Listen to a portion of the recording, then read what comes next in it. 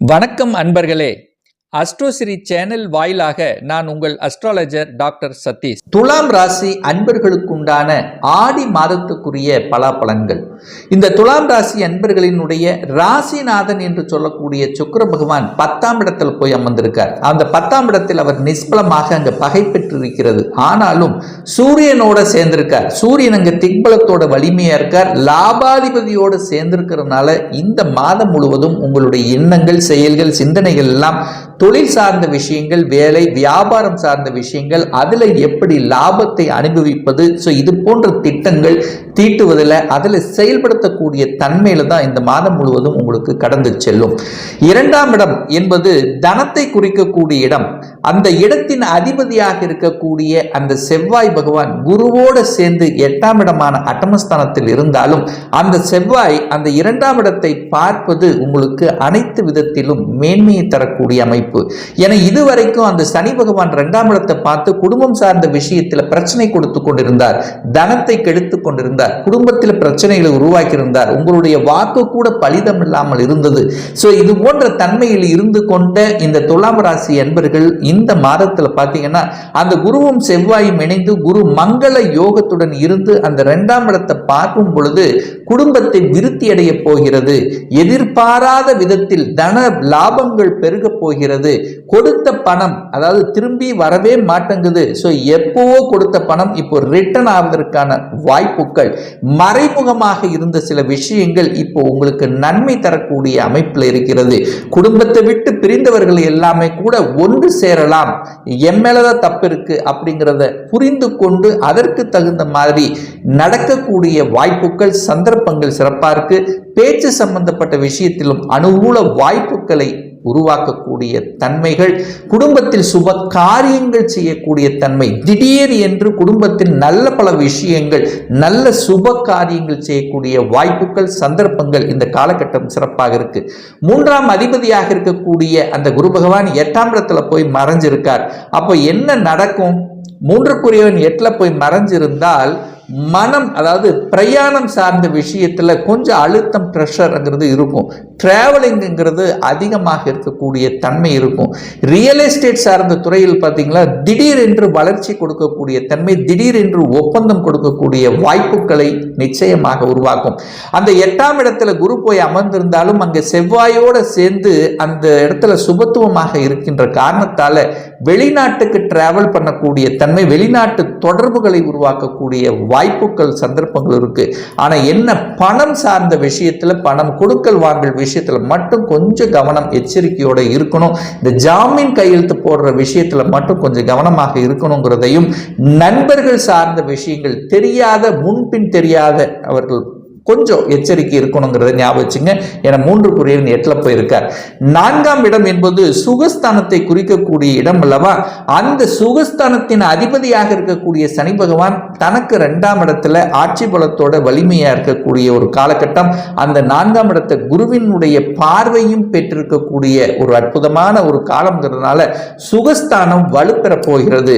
தாய் ரீதியாக இருந்து வந்த பிரச்சனைகள், தாய்க்கும் உங்களுக்கும் சின்ன சின்ன கருத்து வேறுபாடு, தாயினால் சில மன கஷ்டங்கள், உங்களால் தாயினால் கொஞ்சம் இடைவெளி இருந்த விஷயங்கள் எல்லாமே இப்போ இந்த மாதம் சரியாகக்கூடிய வாய்ப்புகள், நெடு நாட்களாக விற்பனையாகாத நிலங்கள், இடங்கள் சார்ந்த விஷயங்கள் விற்பனை ஆவதற்கான வாய்ப்புகள், சந்தர்ப்பங்கள், அது திடீர் என்று விற்பனையாகும் அப்படின்னு சொல்லிக்கலாம்.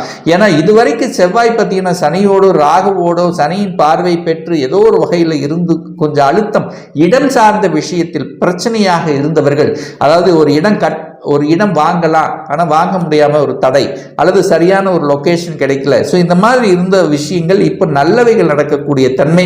என அந்த செவ்வாய் பகவான் குருவோடு சேர்ந்து அந்த 8ஆம் இடம், அதாவது உங்களை விட்டு இங்க இருக்கிற இடத்தை விட்டு வெளியில போய் வாங்கக்கூடிய தன்மைகள் உங்களுக்கு சிறப்பாக இருக்கு அப்படின்னு சொல்லலாம்.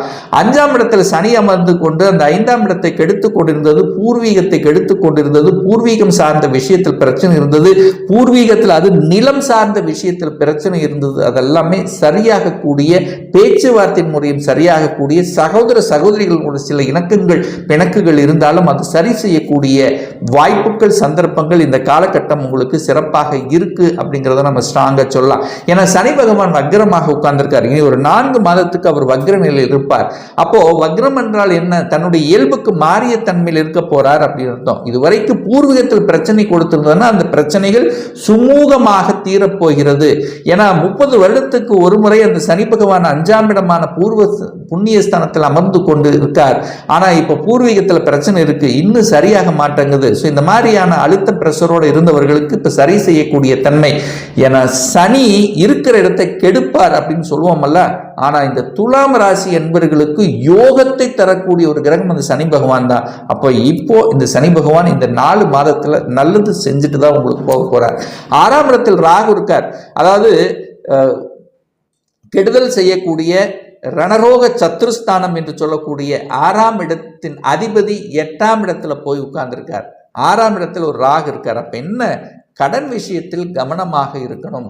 தன்னுடைய உடல்நலம் சார்ந்த விஷயத்தில் கவனம், எச்சரிக்கையாக இருக்கணும். அதாவது 6ஆம் இடத்தின் அதிபதி 8ல போய் மறைஞ்சிருக்கிறதுனாலையும் 6ஆம் இடத்தில் ராகு என்கின்ற சர்ப்ப கிரகம் இருக்கிறதுனால வயிறு சம்பந்தப்பட்ட உபாதைகள், வயிறு சம்பந்தப்பட்ட, ஜீரணம் சம்பந்தப்பட்ட, பெருங்குடல் சம்பந்தப்பட்ட, கொழுப்பு சம்பந்தப்பட்ட, தைராய்டு சம்பந்தப்பட்ட, இந்த மாதிரி அந்த வயிறு சம்பந்தப்பட்ட உபாதைகள் வருவதற்கான வாய்ப்புகள் தென்படுகிறது. ஸோ அந்த விஷயத்தில் கவனம், சரியான உணவு கட்டுப்பாடு அப்படிங்கிறது ரொம்ப ரொம்ப முக்கியம். 7ஆம் அதிபதி 8ஆம் இடத்துல போய் உட்கார்ந்துருக்கார். அப்போ திருமண விஷயத்தில் சில குடர்பாடுகள் ஏற்படுமா அப்படின்னா அப்படியெல்லாம் கிடையாது. பிரிந்தவர்கள் ஒன்று சேருவதற்கான வாய்ப்புகள் சந்தர்ப்பங்கள். 7க்குரியவன் தனக்கு 2ஆம் இடத்தில் இருக்கிறதுனால மனைவியின் மூலமாக நல்லவைகள், மனைவியினுடைய சொத்துக்கள் திடீரென்று கிடைப்பதற்கான வாய்ப்புகள், அதாவது மனைவியின் மூலமாக தனவரவு கிடைக்கக்கூடிய ஒரு நல்ல மாதம் இந்த துலாம் ராசி அன்பர்களுக்கு அப்படின்னு சொல்லலாம். 9ஆம் அதிபதியாக இருக்கக்கூடிய அந்த புதன் பகவான் 11ஆம் இடத்தில் அமர்ந்திருக்கார். ரொம்ப நல்லது. பாக்யாதிபதி 11ஆம் இடத்துல.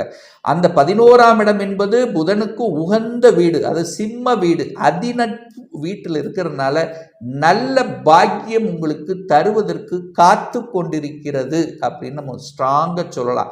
தந்தையின் மூலமாக நல்லவைகள் நடக்கக்கூடிய தன்மை, வெளிநாட்டில் போய் வேலை பார்ப்பதற்கான அமைப்பு, வெளிநாட்டு விஷயங்கள், அதாவது அந்நிய மத தொடர்புகள் உருவாக்கக்கூடிய தன்மை, ஏற்றுமதி இறக்குமதி சார்ந்த கடல் கடந்து வாணிபம் செய்யக்கூடிய தன்மைகள், தன்னுடைய ஸ்டேட்டை விட்டு அதர் ஸ்டேட், அதாவது ஸ்டேட் கவர்மெண்ட்லேருந்து சென்ட்ரல் கவர்மெண்ட்டுக்கு மாறக்கூடிய தன்மை. ஏன்னா சூரியன் என்ற கிரகம் திக்பலத்தோட வலிமையாக இருக்கின்ற காரணத்தால் அரசு காரியங்களில் வெற்றி பெறக்கூடிய ஒரு மாதம். ஸோ எந்த விஷயத்தில் அரசு காரியங்களில் ஒரு இழுபறியாக இருந்தது, நடக்க மாட்டேங்குது அப்படின்னு இருந்ததில் இந்த மாதம் அதை எடுத்து செஞ்சீங்கன்னா அரசு காரியங்களில் வெற்றி. அரசாங்க எக்ஸாம் எழுதி காத்து கொண்டிருப்பவர்களுக்கு நல்ல ரிசல்ட். அப்படி இல்லைன்னா அரசு எக்ஸாம் எழுதணும் என்கின்ற ஆர்வம், அதனுடைய ப்ரிப்ரேஷன், அதுக்கான எண்ண ஓட்டங்கள் அதிகமாக கொடுக்கக்கூடிய ஒரு மாதம். அரசில் இருக்கின்றவர்களுக்கு உயர் பதவிகள், திடீர் ப்ரமோஷன் கிடைக்கக்கூடிய வாய்ப்புகள் சந்தர்ப்பங்கள், அல்லது அதிகாரத்துக்கு செல்லக்கூடிய தன்மை, அதிகாரமான செயல்படக்கூடிய ஒரு சிலருக்கு பார்த்தீங்கன்னா சொந்த தொழில், தான் ஒரு முதலாளி ஆக வேண்டிய தன்மைகள், இதெல்லாமே உங்களுக்கு சிறப்பாக இந்த காலகட்டம் உங்களுக்கு நன்மை தயக்கக்கூடிய வகையில் இந்த துலாம் ராசி அன்பர்களுக்கு அமைகிறது அப்படிங்கிறது ஸ்ட்ராங்காக சொல்லலாம். கேது 12ல் இருக்கார், கன்னிமனையில் இருக்கார், நல்ல ஞானத்தை தருவார். எதை செய்தால் நன்று, எதை செய்தால் தீமை என்பதை உங்களுக்கு உணர்த்தக்கூடிய தன்மை. அதாவது இது செஞ்ச கெட்டதுங்கிறது உங்கள் உள் மனசை சொல்லும் பார்த்தீங்களா. அந்த கன்னி மனையில் இருக்கக்கூடிய கேது உங்களுக்கு உள்ளுணர்வு சக்தியை அதிகமாக கொடுக்கக்கூடிய தன்மையை ஏற்படுத்தும். ஸோ ஆக மொத்தம் இந்த கன்னிராசி என்பர்களுக்கு திடீர் அதிர்ஷ்ட வாய்ப்புகளையும், குழந்தைகள் மூலமாக நல்ல பல அனுகூல மேன்மைகளையும், தனம் குடும்பம் சார்ந்த விஷயத்தில் நல்லவைகள் நடக்கக்கூடிய, குரு பகவான் 8ல் போய் அமர்ந்திருந்தாரே, அப்போ நமக்கு குரு பலன் இல்லையே, திருமணம் நடக்காதா அப்படிங்கின்ற இருக்கக்கூடியவர்களுக்கு திடீர் என்று திருமணம் ஃபிக்ஸ் ஆகக்கூடிய வாய்ப்புகள் சந்தர்ப்புள்ள ஒரு மாதமாக அமையும் சொன்னால் அது மிகையாகாது இந்த துலாம் ராசி அன்பர்களுக்கு.